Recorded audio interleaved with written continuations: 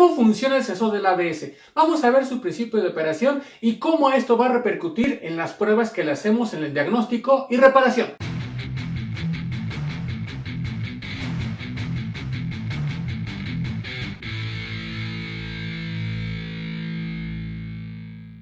Los sensores del ABS y los que van pegados a la transmisión, al cigüeñal y algunos otros componentes que se mueven dentro del vehículo van a tener un principio de operación muy semejante basado en lo que se llama el efecto Hall. Es una parte del electromagnetismo, la cual no vamos a meternos ahora sí que a profundidad, va a ser una manera muy sencilla en la que lo vamos a explicar.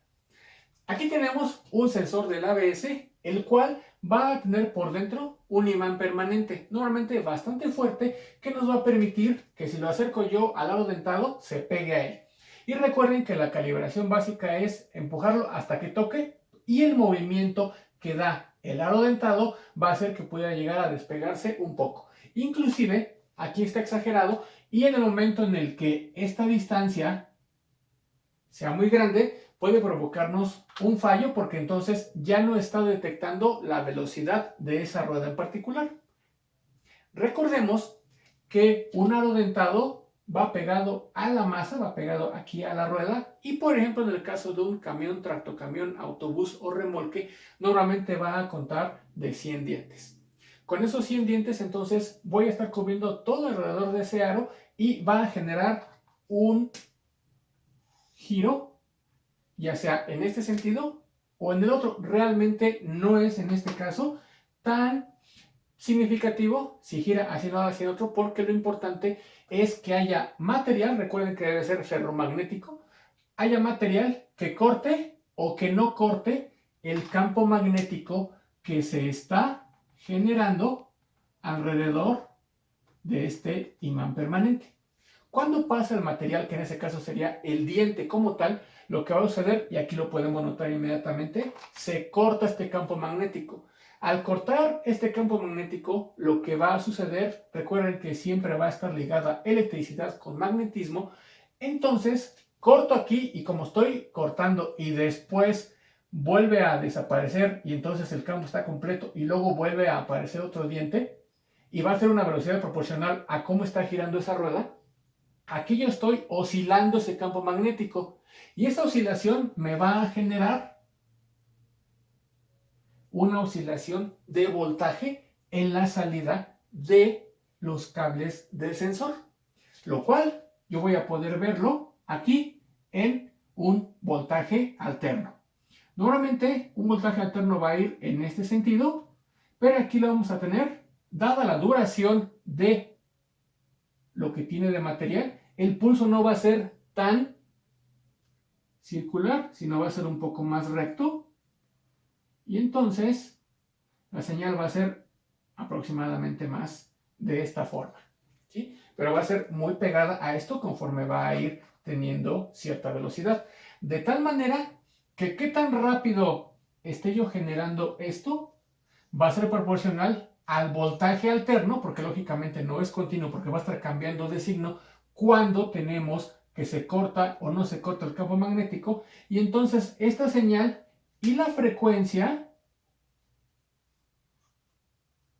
con la que va a estar oscilando me va a decir a qué velocidad va esa rueda para que la computadora del ABS lo interprete y sepa entonces si alguna de las ruedas se está bloqueando, si tengo control de tracción, si se está patinando o cómo se está comportando, basado en cómo reacciona a las maniobras del operador, del camino y demás.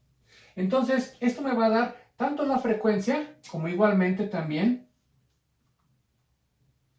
qué tanto vaya a ser el voltaje, va a ser también proporcional a cómo está girando, pero también a la distancia a la que está de el diente. Por eso es que en el caso del diagnóstico podemos saber que en el momento en el que tenemos que este baja y que la frecuencia puede llegar a ser mayor o menor, entonces me puede llegar a generar un fallo. Y yo tengo toda una lista de las posibles fallas, entre las cuales son que ya no está viendo el aro dentado, que tenemos que a lo mejor alguno de estos dientes está roto y entonces en lugar de tener una señal como esta, tengo una señal que está cortada.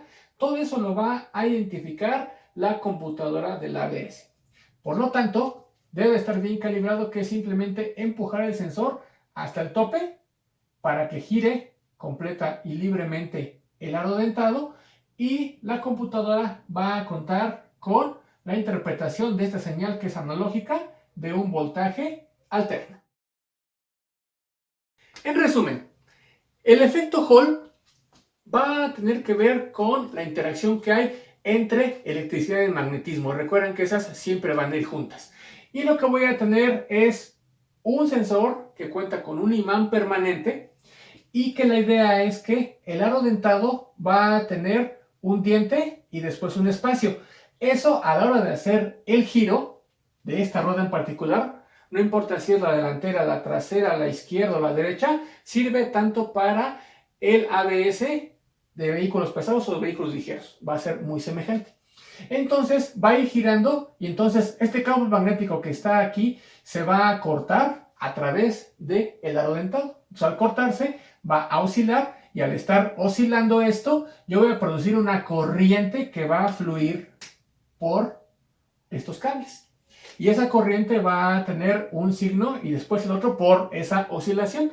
Por lo tanto, va a ser un voltaje alterno que yo puedo medirlo aquí, y va a ser proporcional tanto en el valor del voltaje como en la frecuencia a la que está transmitiendo, para saber entonces a qué velocidad se encuentra esa rueda. Y en el caso de únicamente el ABS, va a desbloquearla si es que tiene ya un problema por el estilo, y si no, para saber cómo se están comportando todas las demás ruedas, para que actúe, por ejemplo, el control de tracción si están patinando demasiado unas respecto de las otras, o el control de estabilidad, o lo que pueda llegar a tener. Muchas gracias por ver este video. Esperamos te haya sido de utilidad. Por favor, dale like, suscríbete, síguenos en las plataformas de podcast, así como en las redes sociales, Instagram, Facebook y Twitter.